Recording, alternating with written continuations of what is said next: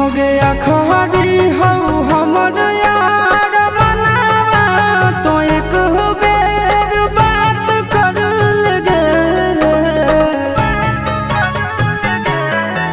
हो गया खरी हो हमर यार मनावा तो एक